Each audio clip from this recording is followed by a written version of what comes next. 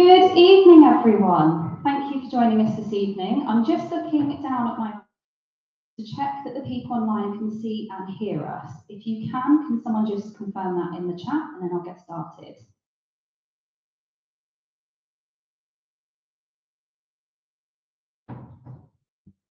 Excellent. Thank you, Bill at home.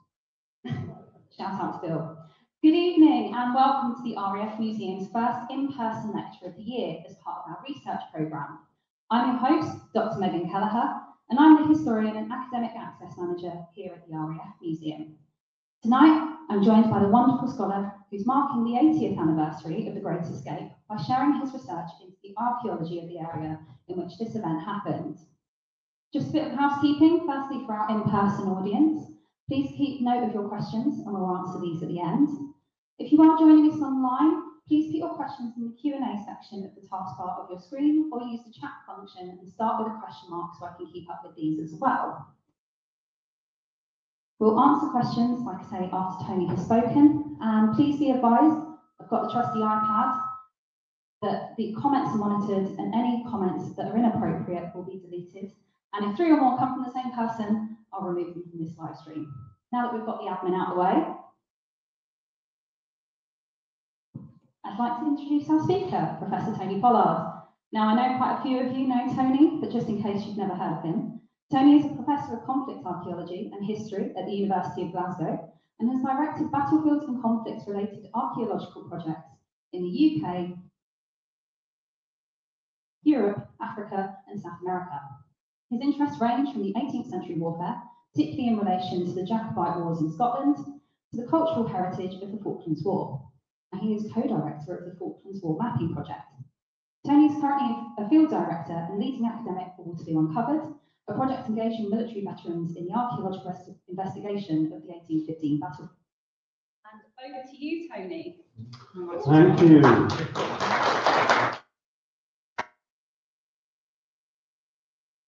Well, it's a great pleasure to be here today, which is a special day.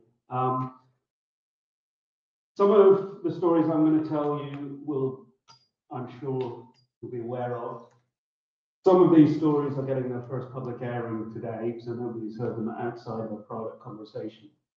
But just to contextualize this talk, 80 years ago, at 5 o'clock this morning or thereabouts, the 80th man had just exited Harry, the escape tunnel at Stalag Luft 3 near Zagan.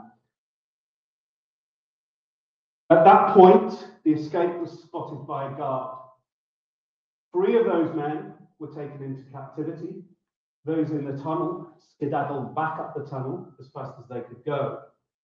76 men had disappeared into the forest. And over the days and weeks to come, all but 3 of them would be recaptured by the Germans. 3 would get away in what we call home runs.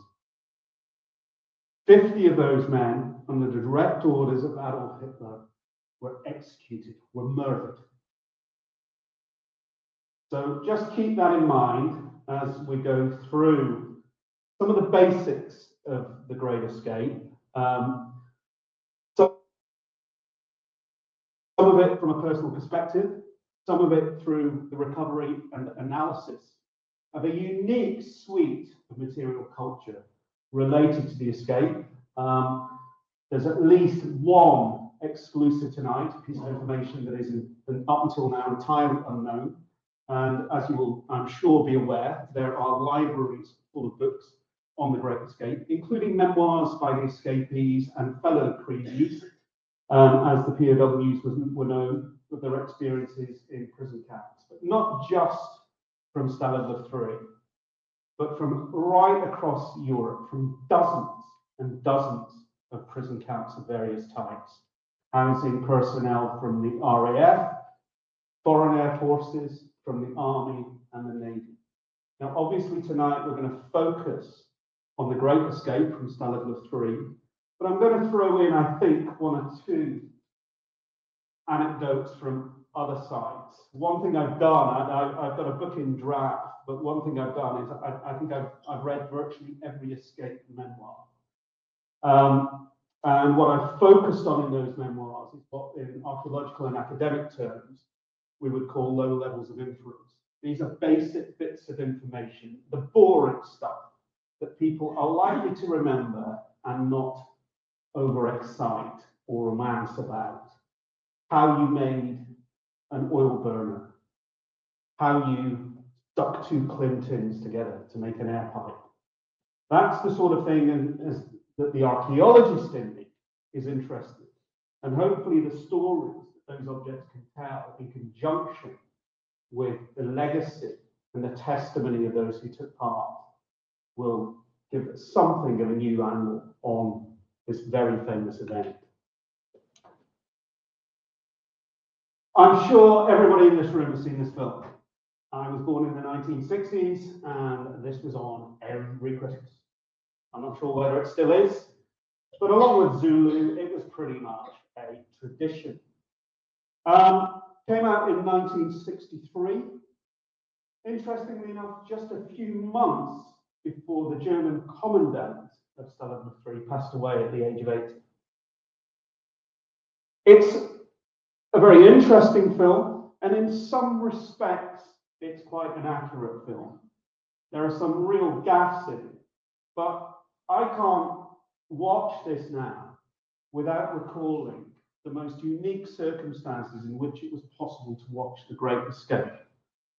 I was sat in a forest in Stalag Luft 3 with at least 4 or 5 veterans of the escape, including Frank Stone, with a screen in front of us showing The Great Escape, and just behind that screen was the trap of Harry, which we had just discovered. And throughout that film, as we ate burgers and drank beer, all I could hear was, "That didn't happen. That didn't happen." I told them not to be so picky, but fabulous and unique experience. And Frank Stone was among that audience. Based on a book by Paul Brickhill. And we should say a few words about Paul Brickhill. He wrote the famous book, the eponymous book, The Great Escape, published in 1950. Now, Brickhill was a veteran of the Great Escape. He was shot down in a Spitfire over in Tunisia, ended up in Stalag Luft 3. He was an Australian, a journalist by trade, and he became, if you like, the unofficial on-site historian of the Great Escape. And he started collecting stories and writing notes on events, which was a very dangerous thing to do, on scraps of paper while events were happening. I think only in the tail end of that, but certainly while he was still behind wire. And at one point, he was among the 200 who were due to go out that night. That was the ambition, to get 200, at least 200 men out. He went down into the tunnel, and there are various, as with many of these stories, there are different versions depending on who you read.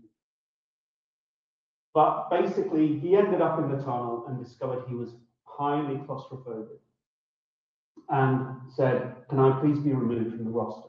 Which he was. The last thing this escape needed was somebody in that deep tunnel on the day who panicked. And he, along with several others, were withdrawn. Now, we'll talk about the experience of being in a tunnel. But Brickhill's book is a very good read. I would highly recommend it, but read it in conjunction with memoirs of other people involved. There's a very good biography of Brickhill by an Australian. It's very difficult to get. It cost me a packet to get it shipped from Australia. But it's a very worthwhile read, and it looks as though Brickhill in his later life, as is the case with those that go through trauma, it looks as though he'd suffered PTSD, and this is an issue which is not uncommon, and I'll probably mention that. It's mentioned in a number of the memoirs, but Brickhill is really the conduit through which these stories start to appear, but he's there, part of a literary tradition that begins with the First World War, with escape memoirs. And these escape memoirs from the First World War actually become manuals for those who might have to do the same thing when war happens again, which it does in 1939. And as the Second World War starts to come to an end and ends, we get into the first few years after the Second World War, memoirs of escape start to appear again. And there is great sensitivity.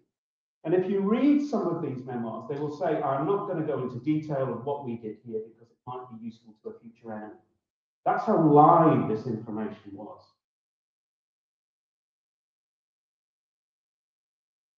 Frank Stone, my personal connection to the Great Escape. I met Frank at Stalag Luft 3 in 2011 when I was the chief archaeologist on a project commissioned by Channel 4. And we'll talk a little bit about that. And Frank was there with several other veterans, and he was a youngster at the time. He was only 18. I think for a couple of years, he was probably the youngest POW in the European theatre. He was shot down in August of 1940 in Hampden. And Frank and I talked a lot. And at one point, I remember distinctly, and I think Jane was there, and he said, I wonder whether we'll meet again. And we did meet again on several occasions. We became very good friends, along with Jane, who I'm delighted is in the audience today. And Frank and Jane came up to our house in Scotland. I was at Frank's 90th birthday, and we developed a real rapport, and we spoke a lot. And I only now regret that we didn't speak in a more structured fashion. Right, Frank, talk into this microphone and answer this list of questions, please. We didn't do that, and there are things that I just wish I knew more about now that people. But that's history. That's how human relations work. But Frank was a dear friend, and he added insight, and some of these anecdotes will appear here. He added insight that to me was entirely new information. But just to run through, so he's in a Hampden, and basically he's a very junior.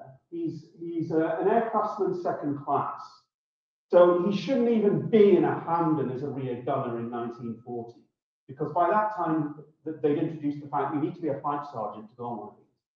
But he was about to go to Canada to begin navigational training. It had been his lifetime's ambition to fly. His mother had stopped him, but war gave him an opportunity.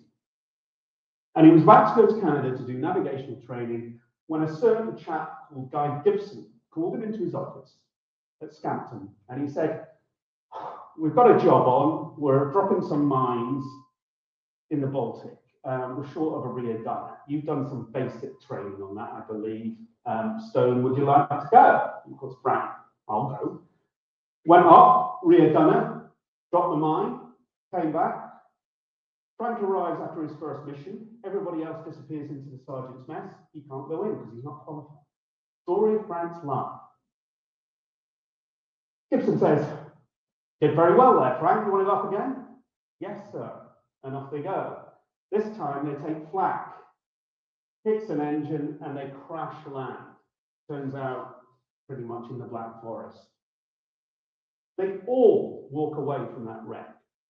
Frank is in the rear turret, the rear gun position. Now, about 2 hours ago, I had the privilege with Jane and the family of seeing up close and personal what Hampden looks like, because there is the fuselage one that was recovered from Russia in the hangar being renovated at the moment. And it's a shocking tube of metal and wire. It's tiny. And the turret, the thing that, it's not even a turret, it's a bit on the belly of the plane. How he survived the crash landing in that, I don't know. He was dragged out by one of his fellow crew members who he then lost sight of. Both went into captivity and met years and years later. But anyway, shot down, captured, and he goes to Stalag Luft, which is where all RAF flyers would go when captured. It's a transit camp. It's not even that, it's an interrogation centre. And at the time, he goes into a thing called the Stone House. So they're questioned, and they're not really interested in Frank because he's so low down the food chain that he surely can't have any interesting information.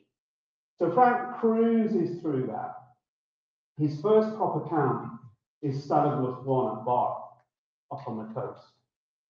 And it's there he becomes a prisoner of war. And it's there he spends 2 years of his life.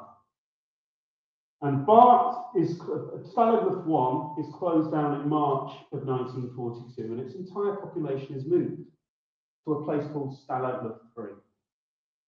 This is because the German Luftwaffe decide to centralize their flying contingent, the population of flying Air Force POWs. And they end up in a place called the East Compound. The camp as a whole is still under construction. And Frank, again bizarrely, because of his low rank, will end up among officers in the North Compound. The North Compound at the time is still under construction in this terrible forest. And I'll show you where this place is. But it's just an exposed place that's been deliberately chosen by the Germans for a number of reasons.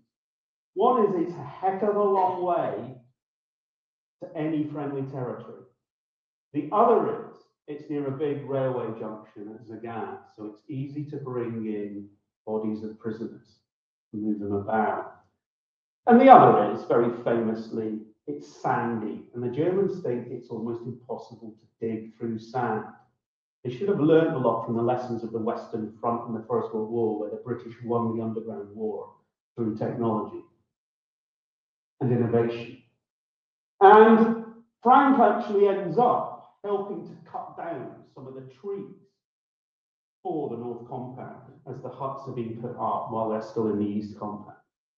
And he said to me, he said, I still can't stand the smell of the sap from pine trees, because it just reminds me of that claustrophobic place where we're creating our own prison camp and we are just surrounded on all sides by trees. We can't see anything, there's no view. And that in itself was telling, that had an impact on me. And just to show you where we're at, this is a map showing a number of the camps across Europe. Some of these are army, some of them are mixed, some of them are forts, some of them are in castles. Obviously, the most famous one is Colbert. Some of them are specifically built camps, Stalag Luft 3, Stalag Luft 1 being two of them. And so Frank starts out there at Stalag Luft, where he's interrogated and prepared for prison life. He's then moved to Stalag Luft 1 on a godforsaken freezing cold peninsula. And then he's moved down to the southeast of Berlin, to Stalag Luft 3 near Zagan. Silesia, so during the Second World War, part of Germany, since the end of the Second World War, part of Poland. And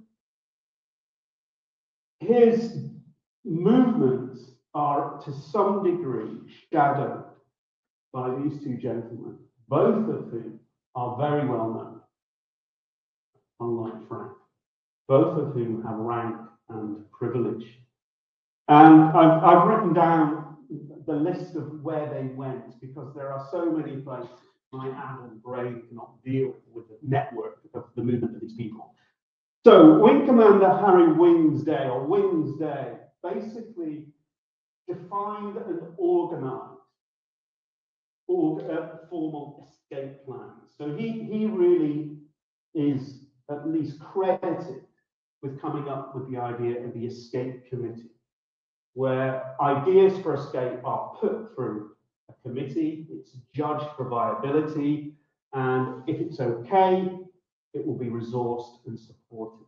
And this is a model which begins at Stalag Luft. Now, I've said that Frank was only there a few weeks, but Wingsday was taken on as part of a small corps of full-time staff who were there to basically coordinate and act as liaison between the Germans and the constant influx of, and let's not forget, all the people that came in had been shot down. Imagine the trauma, the shock, the state you'd be in. And their job, and Bushell becomes part of that team, Squadron Leader Roger Bushell,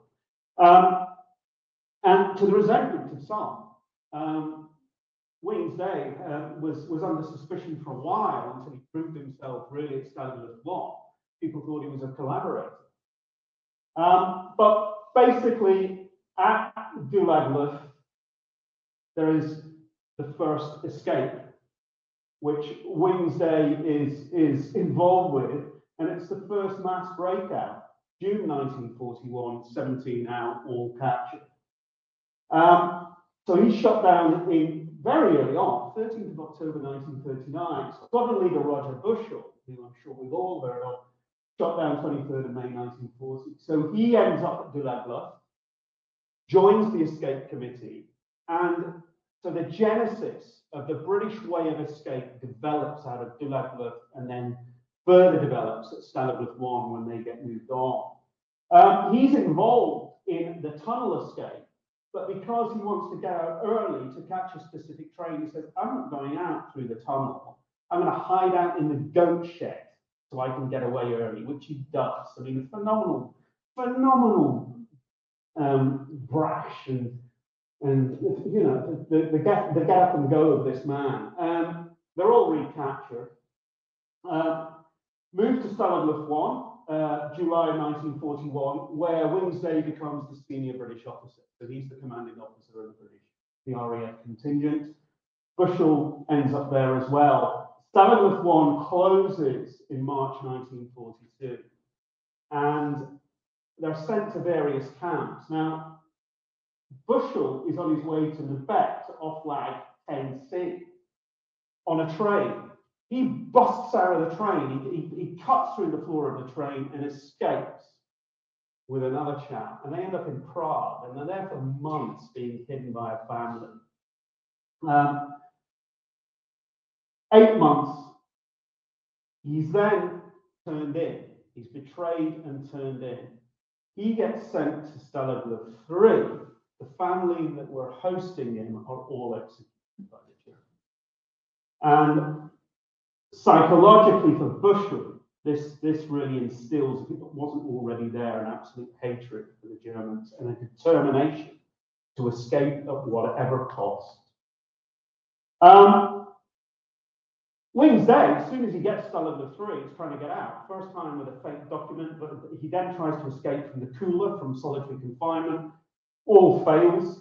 He gets moved to Zubin, where he's involved in a tunnel escape in March of 43. He then gets moved to Stalag Luft 3 again. So both of these men are key players by the time we get to the planning and execution of the Great Escape, which takes place in March of 1944. Now, if that's confused you, I think the record I've seen for prisoner of war and the number of camps they were in, places of incarceration, through the period of the war was 10. 10 camps. Now, the Germans would move you at the drop of a hat.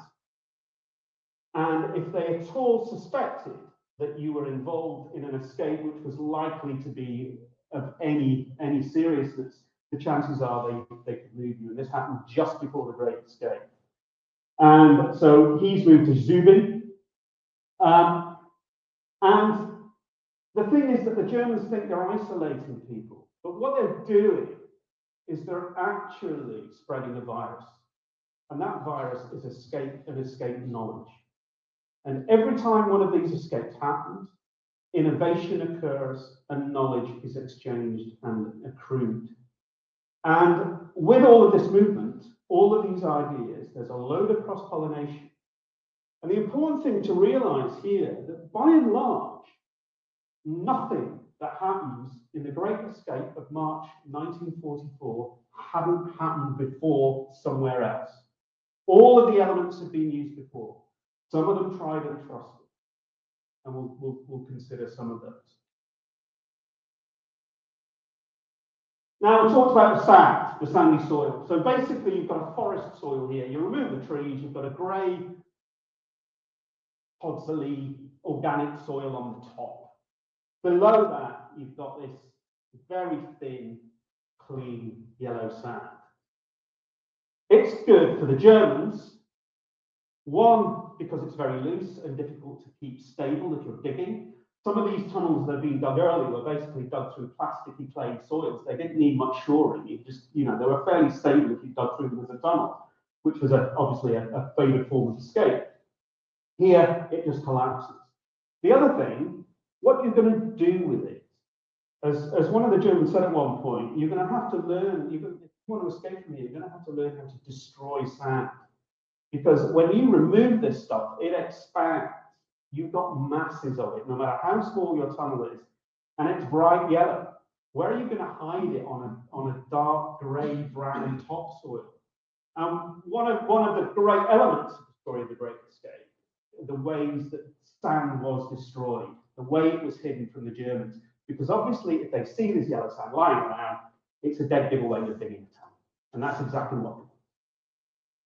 So it's kind of another form of guard, if you like. It's a natural guard. It's going to stop you going underground. The other thing they did, you can see it here in this photo. This photograph is often labelled as North Compound. I think it's East Compound. The configuration of the huts, if you look at the plans of the overall camp, only fit the East Compound, which was the first one they occupied. But you'll see there, hopefully, that the huts are raised up off the ground. They're on stilts. And to show a better picture, that's kind of what it looked like. But this is a difficult photograph. This is Frank in the summer of 1940. This isn't in a prison camp. I think this is probably Scampton.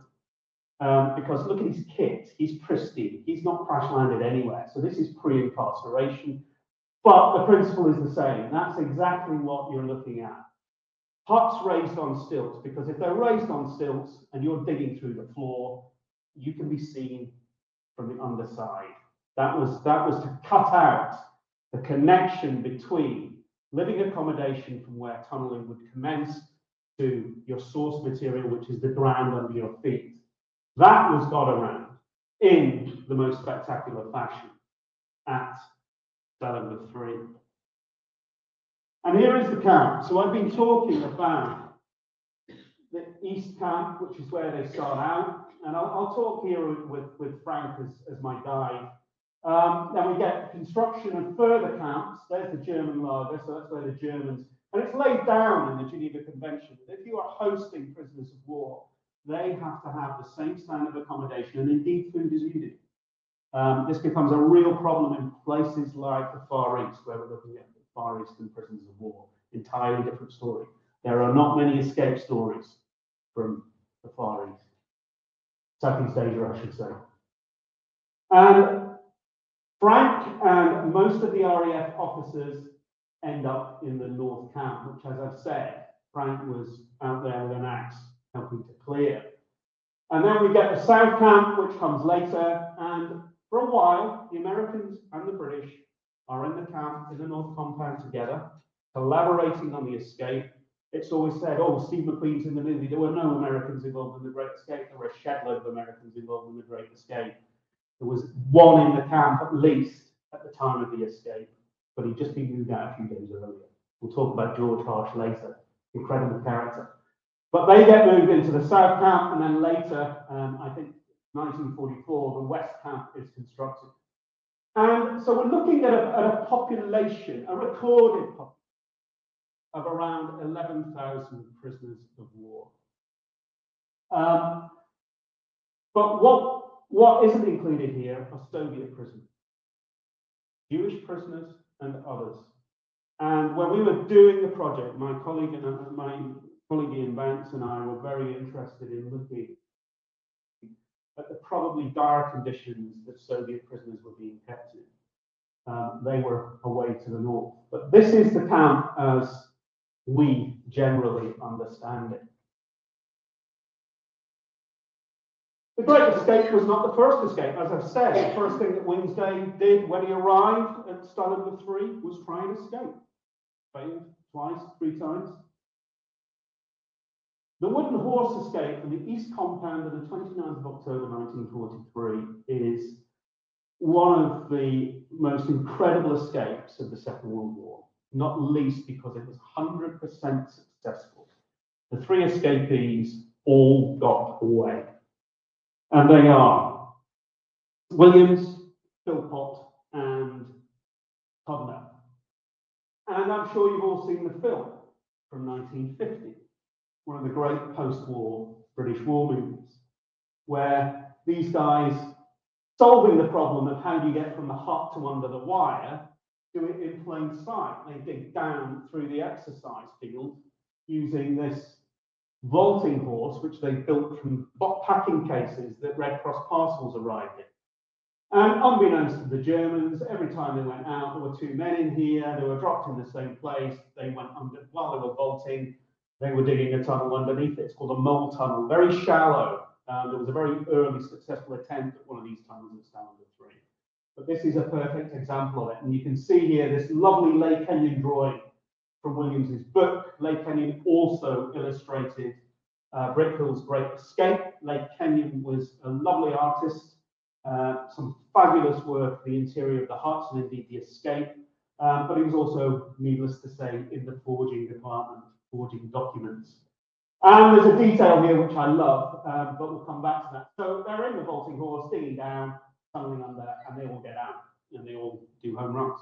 Phenomenal. Now, Peter Butterworth, who I'm sure you recognise from greats such as Carry On Screaming and the rest of that oeuvre, as we in film criticism would call it, was involved. He was one of the guys that, while they were digging underneath, was carrying this thing and vaulting over it. Like many, he becomes involved in theatrics during his incarceration. As you will see, a lot of these camps have theatres, and there was a great one in the North Compound at Stalag Luft 3. And he becomes an actor after the war. And when they're leading up to making the movie of the war, they advertise for actors and extras. Butterworth applies and is told, you are not athletic looking enough, you do not look like a heroic POW type, therefore we're not going to use you. That's the story that's come down. But what really interests me, I can see Jane grinning here. Frank told me a story which nobody in this room would have heard before, because it was told in a kitchen. And Frank said, he said, when I was at Stalag Luft 1, so that's his second camp before he goes to Stalag Luft 3, I was in the shower block, and there was this chap, and I was sure I knew him. So I rat-tailed my towel, and anybody that's, I guess, done sport and stuff, you whip your towel into a rat's tail, and he flicked it across the bare buttocks of this person who he thought was a close friend. That chap turned around, it was Peter Butterworth. He didn't know him from Adam, and even worse, was an officer. So Butterworth did not really take kindly to this, but to his credit, he didn't make a thing of it. But the interesting thing here, it's a funny anecdote, but Frank said to me, I haven't thought of that event since its immediate aftermath when I was in Stalag Luft 1. Why did it enter my head just now when I'm talking to you in the kitchen with Jane and your wife? And that flummoxed us all. He said, it's the first time I've ever told that story. I'd forgotten it entirely, and it just came to it. And being somebody who's interested in memoirs and the way that memory works and the way it's flawed, that to me was fascinating. It even has a postscript, because when I was writing about it, I remembered that this event happened in our house by Loch Fyne when Frank and Jane came to visit. And Maria, my wife, said, no, it didn't. It happened in the kitchen of their house in Derbyshire. I totally misplaced it. That was an event, a year or so later. I couldn't remember where it happened. So what's it like when these people write these memoirs? This is why I go for the low-level stuff, the low-hanging fruits, might be slightly more reliable. Oh, I need to go to this. Now, Kenyon, who's obviously intimately involved in these events, gets the detail exactly right. You see that thing there, which is being used with 2 ropes to pull out the sand. So when it's dug from the face as the tunnel extends, it's put in this thing that's dragged back and then it's disposed of. And it goes into bags and carried back and hidden.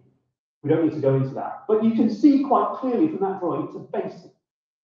And it's the basin that is issued to every room in these barrack blocks. You get a jug, you get a basin, you get various other accoutrements, anything else, either steel or you make. And it was used, it was actually Mark II sand removal during this operation. The first one was a custom-built sledge, which didn't work very well and bogged down into the sand. So they abandoned it and they just went for a very basic basin. Now, when we found George, which is the tunnel under the theatre during our project, at the bottom of the shaft of that shallow trench, we encountered this, which is exactly the same object. It even has 2 holes drilled in the lip where it's been dragged backwards and forwards through a tunnel. I'm not saying it's the same one that was used during the wooden horse escape. It was probably used in the construction of George. But nonetheless, that level of detail is followed through to the reality of the creation of these tunnels. So what have we got? North Compound. Well, we've got the Vorlager, which has the hospital, the cooler, which is where Steve McQueen ended up most of the film when he wasn't on a motorbike, the coal store, separating the compound from a road and then the forest. And it's that forest that Harry, the tunnel, is heading for. So we've got huts, we've got a brick fire pool, like a big swimming pool. We've got a theatre. So we've got that surrounded by a high barbed wire fence, 2 barbed wire fences with a gap in between filled up with rolled barbed wire.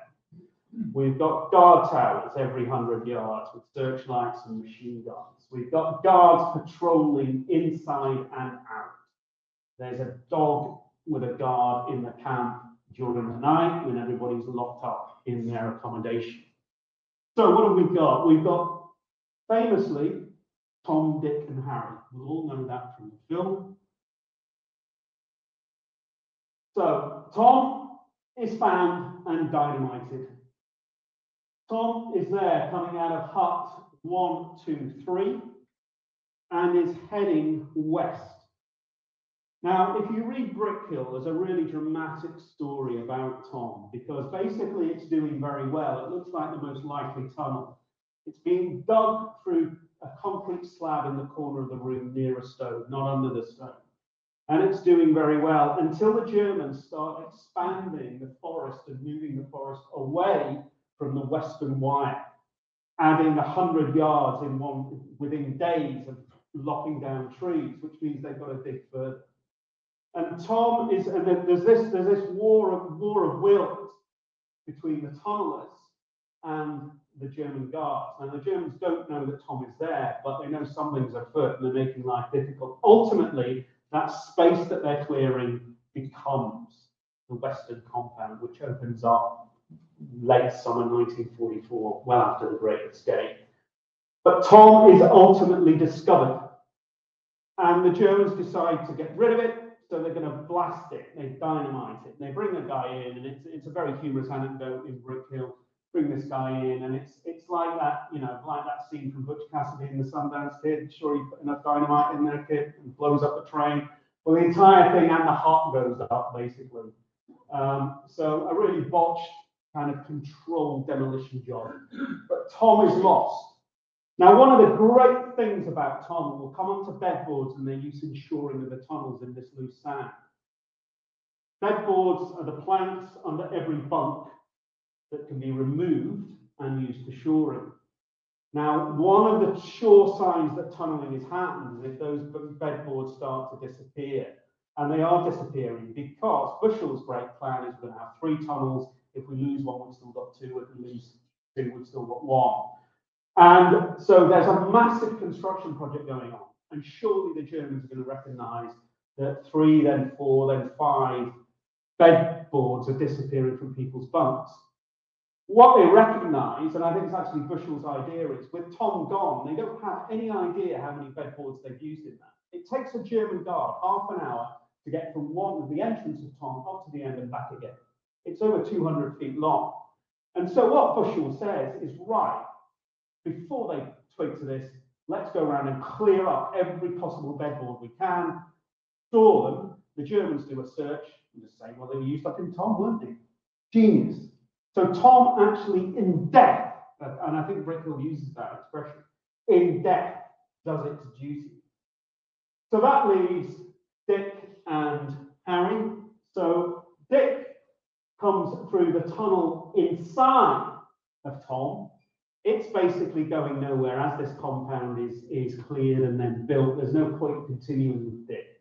So it's basically abandoned. And it's got the best trap or entrance. It's actually through the base of the shower block, through the drain with water. It's a very clever device.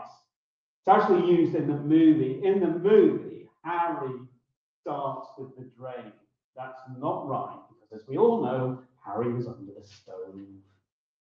But nonetheless, Dick serves a purpose, and it becomes used as a sand store. So Dick becomes a machine that destroys sand, because they can dump it down into the heart's content. They actually fill it and need another place to go. But the big one, and obviously, as we said, 80 years ago today, the last escapees came out of the mouth of this is Harry coming out of Hut 104. And it just so happens that Frank Stone, our non-commissioned flyer, stays with officers. And he stays with officers because he is their orderly. He's basically their servant. The class structure survives very much. Let's not forget, a lot of these guys are public school boys, you know. They're highly educated, fairly privileged. Frank's their little grammar school boy. He gets put in with all these chaps because basically he's keeping their rooms clean and sweeping the sand out of the corridor. And he's in Hut 104. Frank is there for the whole damn thing. And his voice, to my mind, has never satisfactorily been heard. You will never see any of these books on the Great Escape telling you the stories about the likes of Frank.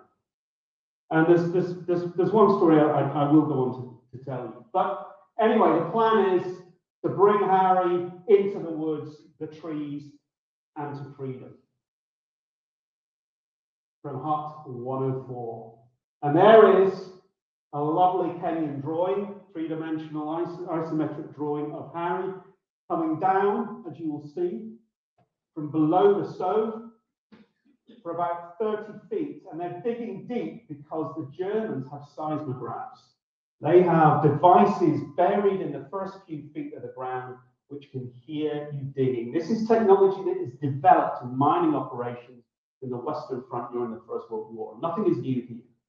But if they go down 30 feet, these devices aren't going to hear anything down there. So these are deep tunnels. And the Germans, that's impossible. Not in this unstable sand. Little did they know. So we've got a 30-foot or thereabouts shaft coming down to 3 chambers at the bottom. These house specific activities. One is basically a manufacturing where guys, those that made things out of tin, the tin bashers, they used all, we'll look at these tin cans. They created things, all the escape equipment they needed that they hadn't stolen or bartered from the guards. One room houses an essential piece of kit, which is the air pump. If you're working in a tunnel, which is over 300 feet deep, 30 feet under the ground, you are going to run out of oxygen pretty quick. I've been down tunnels and had to be dragged out almost due to lack of oxygen. It happens very quickly, and a really incredible device is put in place here. But again, nothing new. There were tunnels previously from 1942, which were using pretty much the same kit, but it works very effectively. And the third chamber at the bottom there is used for temporary sand storage before it can be taken up and disposed of on the surface. So these tunnelers are moving along this very long tunnel. 335 feet is the tunnel length, I think, that they thought they got to, or they needed to clear into the forest. I think that their final measurement for Harry is 348 feet, but it's still famously short of the trees by a good few feet, which means they've got to come out in the open rather than under cover of trees.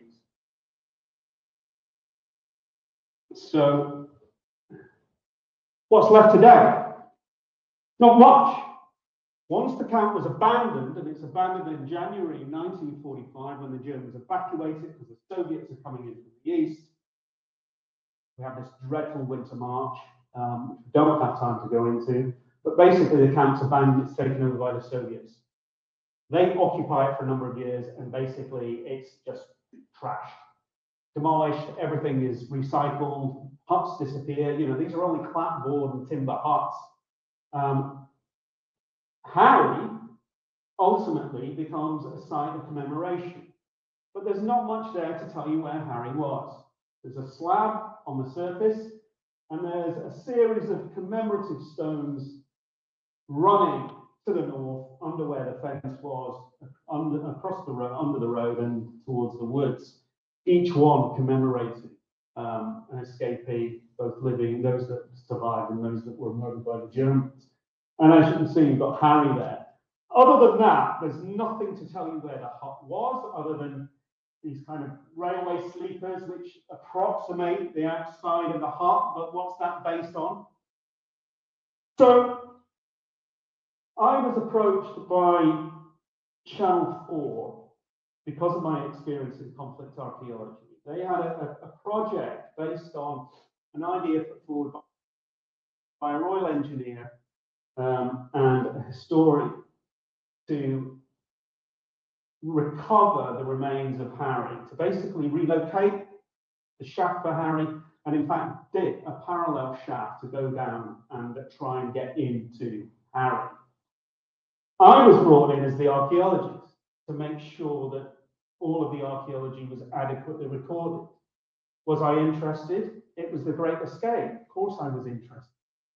So we put together a team and we went out there. Now, what they needed to do first was to find Harry. When I say Harry, I mean the top of the shaft. Because then they would know where to place this modern shaft, which they brought in a crew of mining engineers to sink down parallel to it. Me and Ian Banks and a number of other members of the team couldn't arrive for a week. I think they're actually on another project somewhere. But there was a kind of away team, a couple of archaeologists and the historian and the engineer, the mining engineers. And they were looking for Harry, and they followed procedure perfectly as far as the archaeology is concerned. They carefully scraped away the topsoil, and they encountered that, which is pretty much the exact dimensions you would expect for a shaft lined with bedboards that are about 2.5 feet wide, 2.5 feet long. It's square, it's cut into the sand, it potentially has larger timbers in the corner. It looked fine. Now, due to the pressures of the timetable, they decided to go with that and use that as the point from which they measured where they were going to put their shaft. We arrived and further work was done, and very quickly this disappears. This is about 6 inches deep. It's probably a frame for growing vegetables next to the hut or some such. It is not the top of the shaft. By that time, this major engineering project is well underway. There's a shaft 3 by 3 meters sinking through the sand. Like that. Way in the wrong place. So the issue was, where is Harry? And I started scratching my head, and basically, as there was nothing left of this hut, I started to look at other huts or hut sites. You know, we've got a plan of the camp. We've got remains of sorts in the woods. What's left? Well, for Harry, nothing on the surface. But we knew that Harry was sunk through one of the plinths, a brick plinth, which went from the floor of the hut down to the ground surface. It was there because on top of it was a stove and a chimney. So it's the only conduit between the floor of the hut and the ground. And what the escapees did, quite phenomenally, is carve a way through that small hunk of brick, making a shaft connecting the floor of the hut to the ground. It was genius. It's the key to the success of the Great Escape. And as you can see, here's a Kenyan drawing of this chap going underneath the stove was pulled out, the slab lifted. It took the Polish POW about 2 weeks to carve his way through this slab. But of course, these slabs no longer survive for Harry, for hut lot 103, but they do for the neighbouring huts. And as you can see, here you've got, at the end of every block, there's a concrete slab, which is a shower block, but you've got these pillars in pairs, which mark the chimneys and stove sites. And I thought, right, this is regular pattern. If we transpose this pattern from there to here, using the skills of our project surveyor, we can basically reconstruct on paper the site of hut 103. We did that, and then we started to chase the eggs. We knew which room Harry was in. It was in one of the northwestern room, the corner of the hut. And so we start, and again, this is what's, in some cases, the Russians have grubbed out everything and just, the slabs are just lying in craters. Not much to go on, but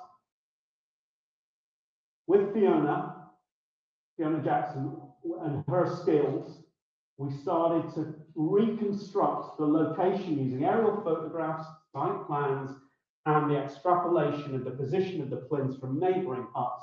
We started to work out where Harry actually was. Then we started to dig. And it took us, I think, 3 attempts. Needless to say, the correct site was where we put the tent, the HQ of the project. It gave me great pleasure to spray paint an X on the tent. And buried in the disturbed soil on that location is that concrete plinth, which the Germans, after the discovery of the tunnel, filled with concrete. There it is. I think that's one of the best artifacts of the Great Escape there is. Unfortunately, it was just reburied after the project.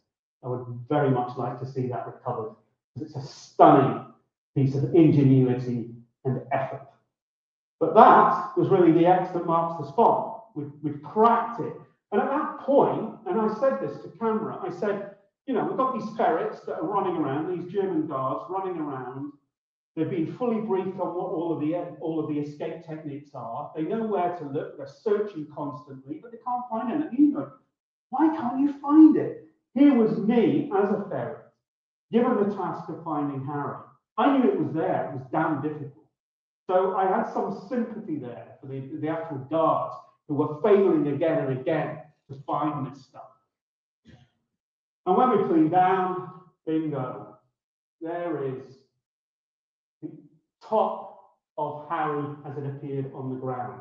So on top of this, imagine that concrete plinth and then the hut raised above it. So you're passing between the hut and the shaft of the tunnel without being seen, even if the guards are looking under the hut.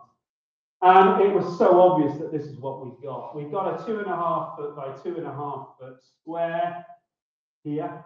We've got in the corner a little sub-shaft with a climbed in, milk tin. We'll see these. This is the top of the air shaft going down the side of the shaft.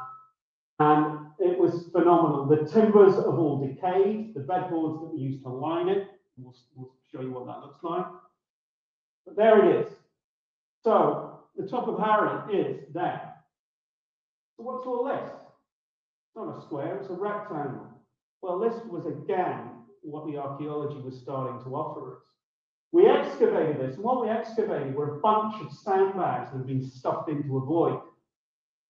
And Frank at one point came over, and I was excavating. And I said, I don't know what the hell this is. I mean, this is clearly the top of the shaft. And he went, right. He said at one point, because next to the stove was a chimney flue that went up, also on a brick plinth. At one point, the weight of the chimney started to collapse the shaft, and it was almost catastrophic. Now, there is, in some of the accounts, there is a story of the shaft halfway down starting to collapse. Now, whether that's this event or another, we don't know, but he said the whole thing almost went, and there was a huge panic, and it was stuffed full as fast as they could go of sandbags. And there's no detail on the recording of that. So that's archaeological evidence that's adding to our understanding of the precarious nature of working in this material. So that's what it looked like. So you've got bedboards lining it to keep that sand at bay. You've got a ladder running down the side of it, down to these 3 chambers, and then the tunnel running off for hundreds of feet. How does that work? Well, first you've got to dig your sand. And again, Lake Kenya, 1950. This is from the, I think this is from the Great Escape book. This is from Brickhill's book, another lovely drawing. You've got 2 guys. One of these guys is naked. There's been a lot of stuff about these guys digging naked. Some guys did, not everybody. Some of them hated it. And it was also a problem because if you, and it's hot down there. If you dig naked, you are going to scuff and scar your body. It's going to leave telltale traces on your elbows and your knees.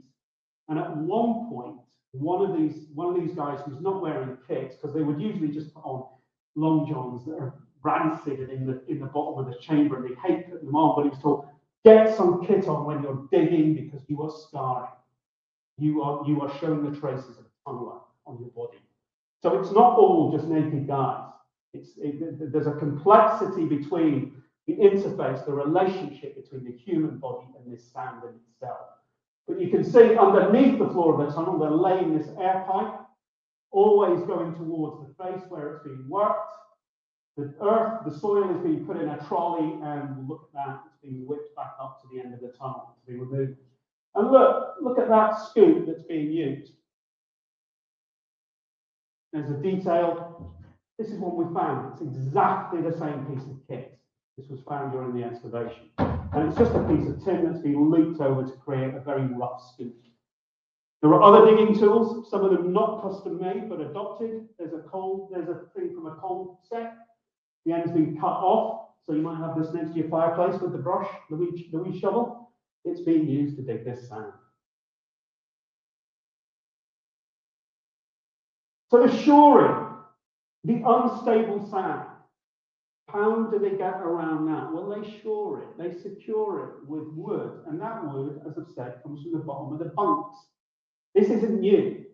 Virtually every tunnel escape prior to this, to some degree, has used bedboards from their bunk beds. And here we have, there's a lovely drawing. These are 3-tier bunks. At times, they were just 2-tier. Hut 104 probably had about 18 men in it, probably 8 to a room. Some cases they were just 2 up. Some cases they were 3 up. These are 3 up. But what we're looking at are the boards that would support your palliace, which is basically a sack made out of woven paper, which has sawdust in it. That's your mattress. Lord knows what their backs were like after 4 years of sleeping on these beds. But when you remove them and you basically cut tenon joints at the end, they interlock like a construction set. It's genius. And as Brickhill said, if you could come up with the proportions that you need to successfully tunnel in this sand, they would be exactly this 2'5" bedboard. And it works perfectly. But this is where Brickhill's lack of knowledge of the tunnel, because of his claustrophobia, comes out. He talks about the angling of the side panels, which basically pushes down the pressure and makes them more secure. Every picture I've seen of Harry, which the Germans took after the discovery, they're not angled, they're vertical. And they don't really work very well as prefabricated pieces if they're angled. Much easier to knock them up as sets like this, as we did. But that angling does happen. This is from a book by Pretty and Edwards, South of Freedom. Comes out in 1946. It's one of the first books released. I think it's incredibly detailed. This is like a manual, and they do hold back stuff. I bought one of these second hands, and one of those great moments I realised that had been signed by Pretty, and it cost me a £5. This is one of my prized possessions. But you'll see actually in the text, he's drawn a profile, and it is those angled walls that don't appear in Harry. And he talks about the dimensions. These are 3 foot wide at the top. These are much wider bunks. These are from an entirely different camp. This is from off-flag 5B during the summer of '42. So this is way before Stalag Luft 3. But look, very different architecture, very different engineering, but the same principle. And of course, those air vents, and famously what they are using are Clinton's milk, spelled backwards, the powdered milk manufactured in America. It's used in American rations in Southeast Asia and the Pacific, but it also gets incorporated in these vital Red Cross parcels, which are a lifeline. They supplement the poor diet that POWs are on, and the milk, cans of powdered milk are part of that. Just so happens, again, almost as though it was designed this way, that you can take off the lids and you can slot one inside the other and create a pipe. You can also use them, you can bash them out flat and use them as the base metal for anything you want to make out of metal, basically. It's a wonderful little device. And this is a section that we excavated. We found a good few feet of this. I mean, this is amazing stuff. This is just lying under the theatre, abandoned after the Great Escape. Super, I mean, this is goosebump stuff. But of course, it doesn't work unless you've got a pump. And the pumps develop over time. There's an evolution. At times, they're using the squeeze box from accordions to provide the bellows. But by the time we get to Stalag Luft 3, we've got a very complicated piece of kit with non-return valves. Non-return valves, the bits of rubber, they're actually taking the faces of table tennis bats to use them as the flaps. They say, you know, the Germans said, escaping is not a sport. A lot of POWs did think it was. And the way that sport in its accoutrement is integrated into escape is quite poetic. And we'll come back to that. But also, hockey sticks were utilised. And then you've got kit bags, which provide the bellows. You've got wire inside. You've got springs from chest expanders being used. I mean, it's a wonderful amalgam. But basically, somebody's down there constantly drawing stale air out and drawing fresh air in. It's a lifeline. What about lights? Well, initially, we just used fat lamps. So you take the fat off the top of a greasy, horrible bowl of soup or margarine. You put it in a specially cut tin. This is one that Frank made while we're out there. And it burns quite nicely. You put a wick in it, and it's very primitive, but it burns up oxygen, and it's not that effective. What you need is electric light. There are unlimited sources of electricity if you can tap into the camp system, which is on at night to keep things like, you know, searchlights on. And there's an event called, well, I call it the wire heist. There are 3 German civilian technicians in the camp basically rewiring the PA, the public announcements. They're not paying much attention, and they've dumped a couple of small drums of wire, reckoned to be about 800 feet, of red plastic lined, covered wire, copper wire. It's spotted by the POWs who will steal anything. And they lift it. And there are about 3 or 4 different stories of who's involved, how it happens, and then it just kind of, the story peters out. What Frank said, he's the missing piece of this story. Now, no matter what happens around the theft, basically Frank is innocently moving a wheelbarrow full of potatoes to the cookhouse. The thieves rush up to him and say, stick this in there under their coats, 2 coils of wire, take it to 104. He takes it to 104. It's used. There's already lighting down the shaft and in the chambers, but there's enough wire and more there to wire the entire length of Harry. And there's a reward for delivering that wire. Frank, the orderly, is allowed a visit into the tunnel. He's one of the few people who's not directly engaged in tunneling activity. And we might be talking about 600 men in some respect involved as stooges, as guards, watchers, or dumping the sand. We've not talked about the penguins, but dumping the sand, rubbing it into the garden soil, taking it to the theatre. We'll come back to that. He's allowed down to see inside the tunnel as a reward. Now, the thing is, Brickhill, in his very influential book, says that after the escape, when the commandant is basically arrested by the Gestapo, there's an investigation. And going through the records, they discover that these coils of wire disappeared. The story is that two, maybe three, maybe all of them, but two of these guys are executed.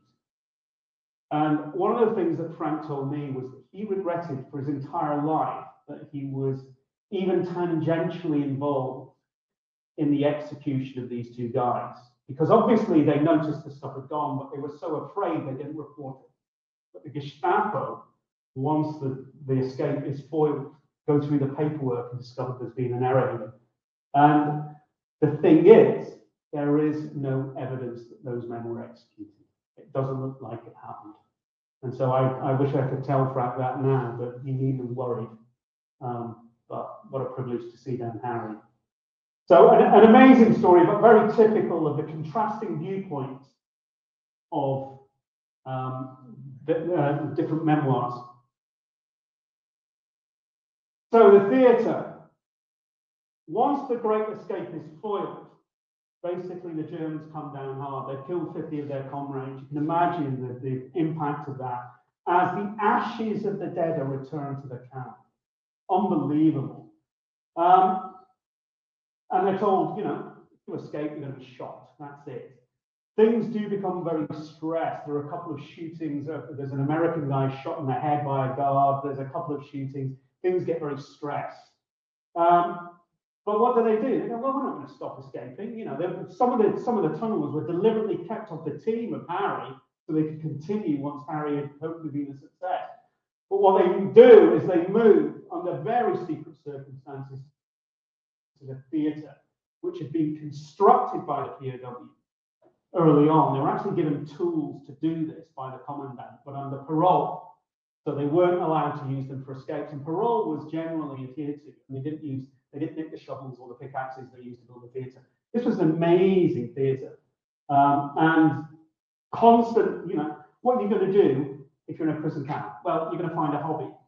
Amateur dramatics, as we saw with Peter Butterworth, was a way of, you know, keeping the mind occupied.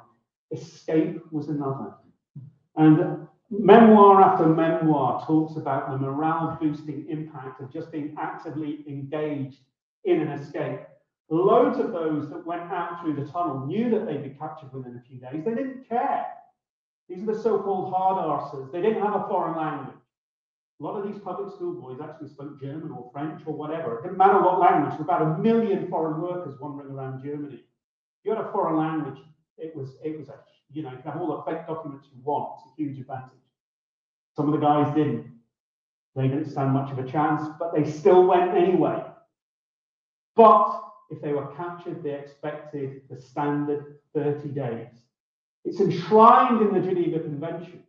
Germany was one of the first signatories of, just prior to the Second World War, that basically escape from a prison camp is fine.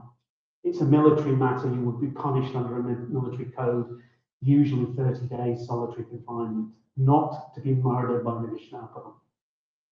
But in that theatre, they start to do a lot of stuff. For one thing, they've been using it to bury the sand from Harry under the floor. It's got a hollow floor. So by the time they finish putting it down thick, they start on the theatre. And it's then that they start post the Great Escape. Around June of 1944, Rees talks about this in his memoir. They're tasked with digging a tunnel under George. Now, Brickhill talks about this. This is the final escape tunnel. They know from their radios, their secret radios, the Soviets are winning the war. They're coming in from the east. What are we going to do? There's a story going around that if the poo hits the fan, the Germans are just going to kill us. We need a way out. So they start work on George. That's the story. Frank told me a different story. And that was that this wasn't to escape. It was to get into the German garrison, steal their arms, and fight for our lives. Because that was where we're at. And he thought it wasn't necessarily the German guards that would be after them. It would be the civilians from the town who hated these RAF terror flyers. And so, again, preconceptions about the reality were different to what we found. Now, I'm going to leave that there because I would leave some time for questions. I did have my favorite bit is actually hang on, there is the tunnel. We found George. There are my muckers, there's Ian Banks. Shallow tunnel under George. And we found the trolley wheels. And I'll talk about the trolley wheels as a response to a question that somebody please asked me about the trolley wheels. But I'm going to finish that there. Thank you very much.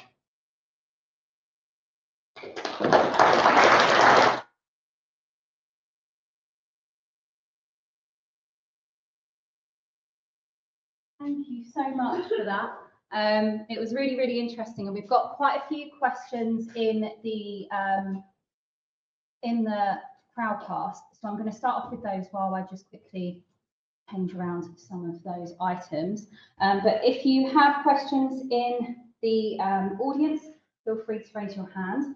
But the first question that I have was from Bill, saying, how well do the details of the campsites match with the accounts given by the former prisoners? Pretty well. Yeah, and I don't have any situation really, and certainly within our limited interaction, we were obviously focused on 104 and the theatre. But and that's a very good question, because as an archaeologist, we're constantly kind of comparing the reality to the ideal. But I don't think we encountered much which disagreed with the accounts and the descriptions and the drawings. In fact, they helped, as I said, they helped the accuracy of the planning, helped us find 104, which is basically just, and ironically, probably being cleaned out as a form of memorialization. This is the irony about memorialization. It 9 times out of 10, it destroys what it's trying to memorialize, and that was certainly the case with 104. Does anyone have any questions in the audience before I go back to the crowdcast? Tony, I understand you've got an interesting ditty to tell us about the wheels. Good question. Funny you should say that. Also interesting, because that's the other question from Dan, who's asked us about the trolley wheels. Right, what we found, this area we're excavating with George is under where the stage was. The seating beyond, to the left. Now you can see the L shape. Now it goes under the wall here, and then it heads off. We already got to the wall, but it then heads off to the German compound, hopefully the armory. But in this sand, which is sand that dumped from Harry, that's Harry sand destroyed happily under the theatre. But in amongst that, there was kit that was dumped, Clintons, tools, but also, and this was fabulous, the bogies, a set of wheels from one of these trolleys. Now, I haven't talked about the trolleys, but you've seen them in those sketches. These are essential for movement in these long tunnels.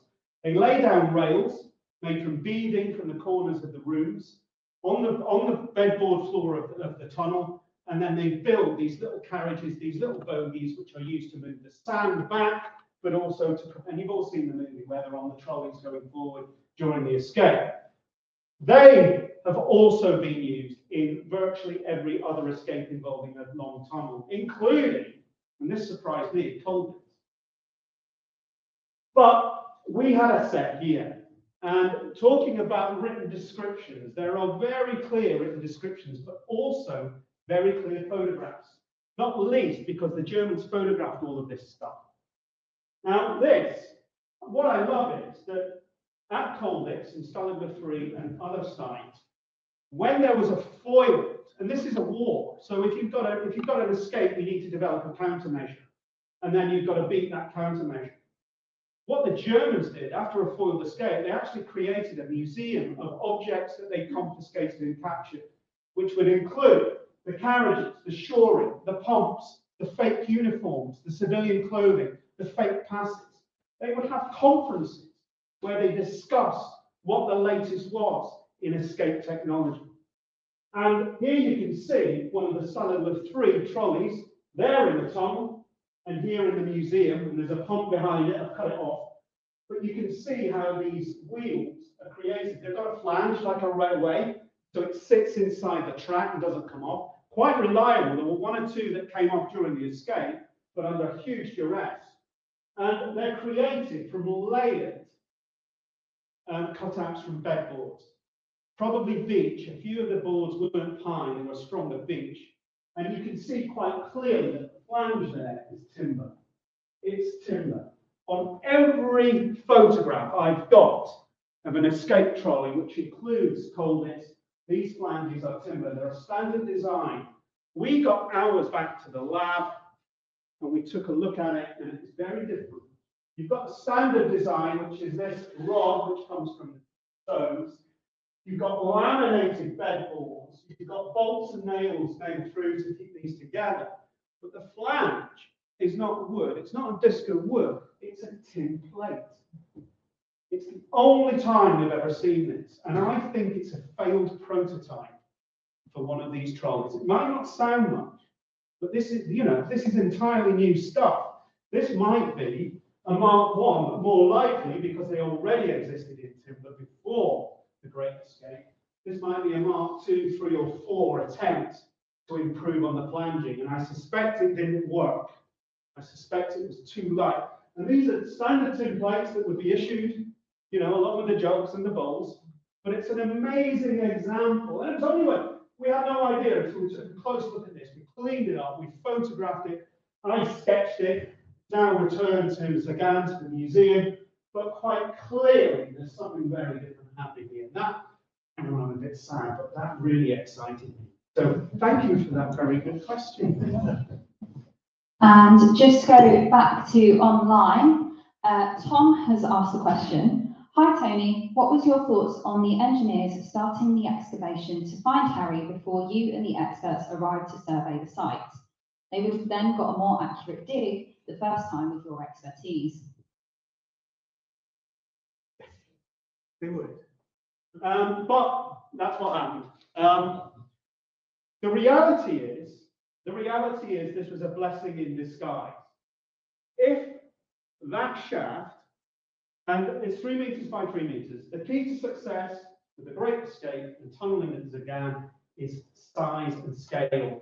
Keep it small, 2.5 feet max. Use the bedboards. Do not dig a shaft 3 meters by 3 meters. We saw the sand crack and collapse on a bigger scale, exactly as it did in that tunnel on numerous occasions as they were boarding and as the boards collapsed. It failed. But the good thing is, because they got the position wrong, it was miles away from Harry. And I was very nervous about it. My reputation, imagine if I was responsible for the destruction of Harry. I mean, it's one of the best war memorials in the world. And I was a very happy man when the producer of the program closed that project down. Now, this isn't going to work, but it was because they got it in the wrong place, that it was far enough away not to do any damage. It was a badly conceived idea. Now that brings me to the key point. I've talked about, everything that's used at Zagan in 1943, 1944 has been used elsewhere.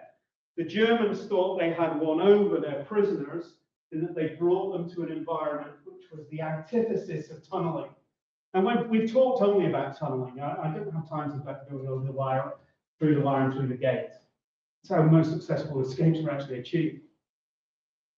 It was the combination of that sand, which appeared intractable, the small scale of the project, the prefabricated nature of the boards, and the tenacity and ingenuity of the prisoners in that camp, which made it the perfect environment within which to dig damned escape tunnels. That's the genius of the Great Escape. Do we have any questions in the room just before I go back to online? Yes, I'm just coming over to you.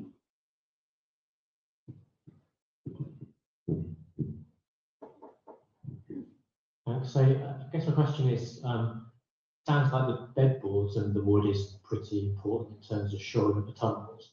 So when they saw what happened the first time, why did they just not ditch all the bedboards and just get rid of what was pretty much a fundamental part of their ability to escape? You mean the Germans? Yeah. Because that's not how they are. The part of the thing with the Germans is anger. And von Liedener, who was the commandant, was a very decent chap. He actually said at one point, if I'm asked to execute my prisoners, I'll kill myself first. This is a guy who's wounded 4 times on the Western Front during the First World War. And But he would get really angry, obviously. I mean, he had to fake a mental breakdown at the end of the war well, towards the end of the war, to stop possibly being executed for having this thing happen on his watch. And there's this kind of knee-jerk reaction that a demonstration needs to be made. And I think a controlled explosion was basically it. But, you know, the incompetence of, and it's a great episode in Brick Hill. It's one of the leitmotifs of kind of, you know, in between all of the drudgery and such like. It would have made much more sense. But they just created, and this is the thing about POW ingenuity, is that, you know, there might be a negative occurrence, which is the loss of that tunnel. But a great idea comes of that. Right, whip round, get all of the bedboards we can possibly spare. When they do an audit, we'll just say, well, obviously, it was all in the tunnel that you just blew up, you idiots. Genius. But yeah, that would have been a better way to do it. Just move all the bedboards out and collapse. However, that could possibly put us at risk. The Germans generally did not like going down the tunnel. There were only one or two that would. You know, happily look for them. And they would do all sorts. They would pressure hose them. They would drive trucks around, desperately trying to collapse them. And in the shallow tunnels, which were quite common, I mean, you know, you're talking about camps where over the last 2 years, 120 tunnels have been discovered. I mean, it's constant. It's amazing. Some of these places almost fell into the earth because they got honeycombed with tunnels. It was, you know, on one hand, it was a sport. It was something to do. Whether it was worthwhile, I mean, I just reread Brick Hill, and with remembering Frank and, you know, with the 80th anniversary, I was literally in tears reading it. It's heartbreaking, the loss of these guys. And they're all really likable characters. And that's in part thanks to Brick Hill, but all of the accounts, you know, you just think, why did you have to do that? Why did you have to kill them? You know, even the guys, and you know, we talk about the ingenuity in the building stuff. So much stuff is bribed out the guards, you know, sucker for a cigarette, some chocolate, and oh, some coffee. You know, you want a camera? I'll bring you in a camera. And they were very good at blackmailing guards. You know, some of these documents that we think about, likes of Kenyon faking up, you know, guards' wives would be typing them up and printing them off at home. It was a really bizarre symbiotic relationship, and in some respects, a lovely, peaceful way of making war until people start getting murdered. Thank you for that. We've got a question that kind of follows up on that from Roxy, and I can see there's quite a few in the chat here. But from Roxy, he says, how many bunk beds would have been used to shore up the tunnels, and how did the Germans not notice their disappearance? Well, it's not. Hello, Roxy. Any Nimrods lately? He's a good friend. Well, I can never remember these statistics, but they don't agree either.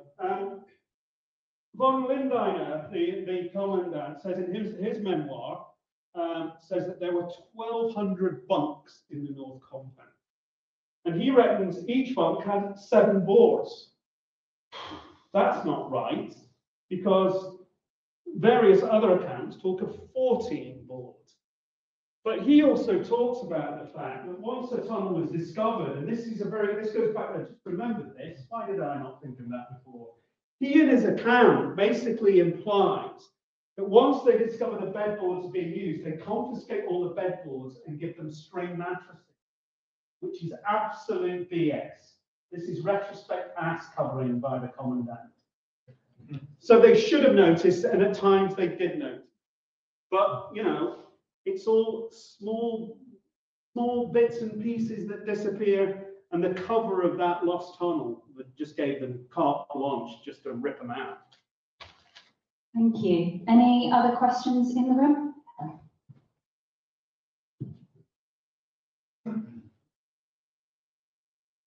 What happened to Frank after his liberation? He went home. You best talk to, I've introduced Jane, who is, hate using the word, but Frank's widow. And he had a very happy life. but it had its own tragedies. But Frank, we were talking about this earlier, the people in the audience knew Frank as well, always the optimist. And there was a postscript that's in the programme I didn't have time to talk about, but when we were digging George, Jane and Frank went home. And just as he left, Frank went, if you look in the bottom of that shaft, my box of gubbins for radios is in the bottom of that. And then we pulled out a tin with a wire sticking out of it, and we excavated it, and it was full of magnets and coils, and it was exactly as he said.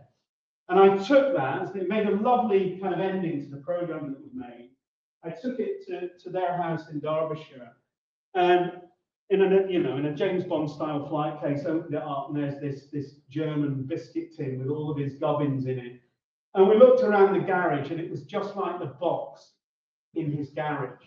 Jars of this, rusty nails there, and it was quite clear that Frank's habit of hoarding and reusing stuff had never left him. But he always did it with a smile on his face. Well, if you want me to tell people what he did, he, thank you. He was interested in amateur dramatics. During the war, amateur dramatic society had been started in the village where he and I were both born. And this is how I met him. I was in a play. He was, by that time, he was rather fed up with actually acting. And instead he was building all the sets and doing all the fun bits behind the scenes. And I'd been doing a lot of Shakespeare. So then when we were married, they realised he was more useful than I was. So I was at home looking after the children, and there he was doing all sorts of things backstage, but having an absolute ball. And he just, yes, don't throw it away, it might come in useful. Now my daughter rather regretted that when we cleared the house, and then when I moved, trying to find somewhere else to live, and then we had to throw more stuff away, and it carried on. And yes, all right. Funnily enough, the house I live in now, in Leighton Buzzard, near to my daughter, is plot 104. And plot 104 is waiting for a lot of stuff to be removed from it, because you shouldn't throw it away, it might come in useful. So there we go. No tunnels as yet. Thank you. Is your question in relation to James? Change the question. Did he ever become a navigator? Or No, but in actual fact, we were lucky enough to be invited to the opening of Bomber Command Memorial by Her Majesty the Queen. And it was fascinating. We chatted with other veterans, and there was a guy who had actually managed to get to Canada for the training, and he said the number of bodies on the ground training, you wouldn't believe it. yeah. So, we went home thinking, well, actually it was safer in POW camp. So no, he didn't, but he learnt navigation. They would send out a lot of details from, I can't remember which one it was, you'd know, Tony, that would send stuff into prison camps to help them. They could do degrees there. Oh yeah, absolutely. And he did learn navigation there. Yeah. And no, he was pretty good at navigating. Better than me anyway. Thank you. I'm just going to quickly go back to online for a second, as we've got a few questions about sort of processes and procedures. So David mentioned, were you able to ascertain where Harry's exit shaft is/was and compare it to historic air reconnaissance? That's the first question, and then I'll let you answer that. And then No. Damn it, no. Ironically, in 1944, when they popped out of a 22-foot deep shaft, having a big problem taking off the cover boards that they put on because they warped, they were short of the wood. They were on the other side of the road, outside of Warlarder, in open ground, short of the wood. They actually used one of the hides that the guards had built to hide behind to observe what was happening in the camp. to basically hide behind, set out a rope, and at a signal they would come out and dash across the open ground into the woods. So that's how it was in 1944. Since then, when we were there in 2011, the woods have grown back right up to the fringe of the road. So ironically, the exit to Harry is now somewhere in the forest. Could we find it? Could we help? Which is quite right. So the answer is no. That probably answers Melvin's questions about are there any plans to return to Harry in the future? I would love to go back to Stalag Luft 3 for a number of reasons. One, just to be there. As I've said, Ian Banks and myself would be very interested in looking at other areas of the camp, those outside of the limelight, and they would include the Russian compound. We also did some exploration of the German area of the camp, and that was littered with ceramics, and archaeologically speaking, it looked really interesting, and it would be good to see if the Geneva Convention as to equal style accommodation and living conditions is reflected in the material culture and the archaeology.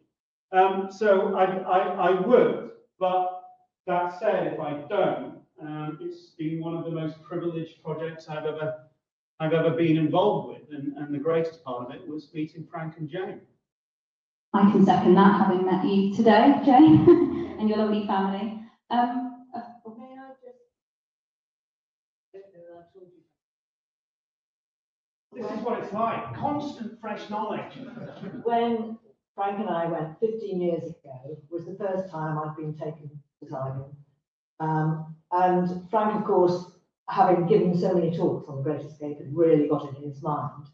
And he looked at the exit and he said, no wonder we didn't know that there was a bay in the trees. And there was actually then. There was an actual bay in the trees. And they've done their best to try to judge the distance. Yeah. But they hadn't known about the bay. So they misjudged the distance. Well, yes, because they haven't got the information. Intelligence was key to all of this, and nobody's asked me, was it worth it? Was it worth it question. Somebody was going to ask me that. And it depends what mood I'm in on the day as to whether the lives of 50, which is in reality only a few bomber crews. If you look at the scale of things, but it's the nature of the act itself and the people that they remove. And they believed, and they constantly they talk about this in most of the memoirs, is mucking around with the Germans, playing with their heads, wasting their time. So it's kind of war through another means. And there are great claims made. There's one claim, and I can't remember whether it probably is in Brick Hill, that upwards of oh God, where is it? I've lost my number.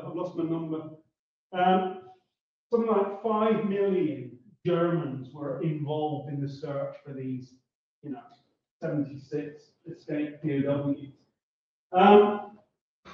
That's massive hyperbole.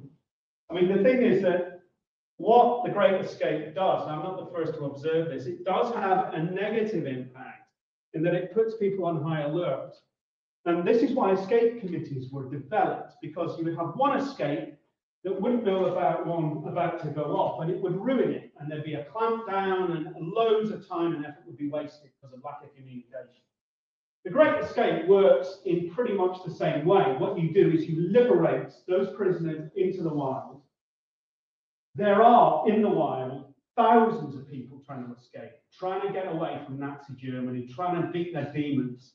And Germany goes on high alert, and most of those people are they're the ones that are scooped up. So the Great Escape screws things up for them.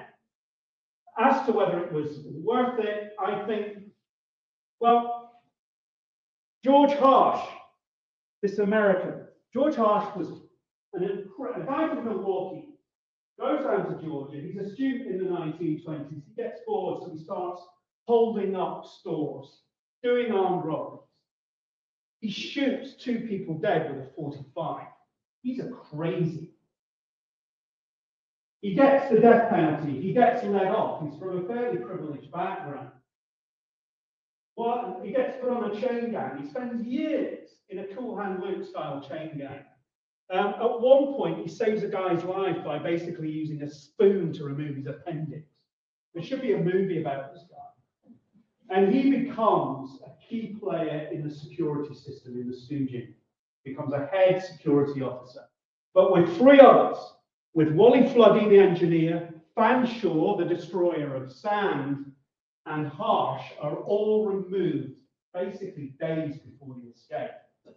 And they're gutted, obviously retrospectively quite relieved, because it meant they weren't on the roster of the 50 that were killed.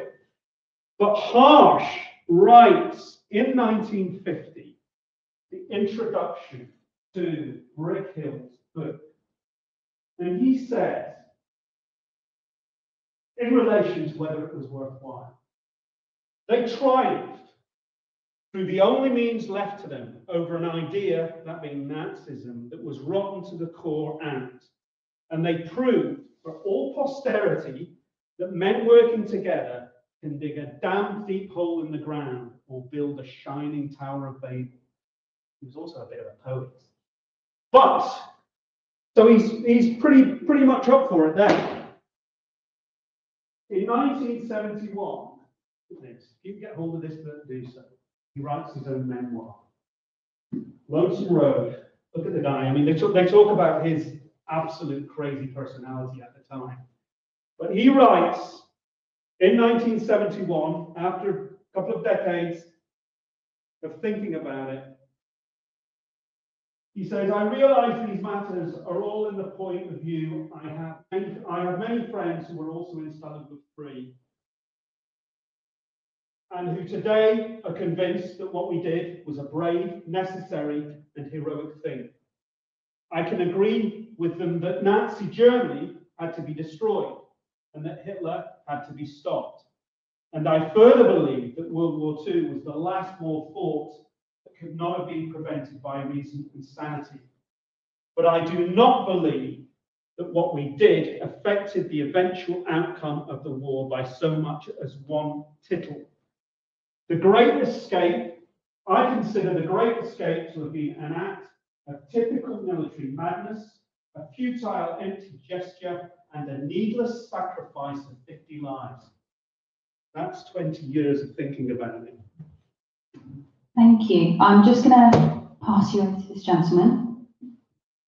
Tony, thank you. The sort of recapture rate, I think you said, was it 87 and only 3 escaped? Yeah.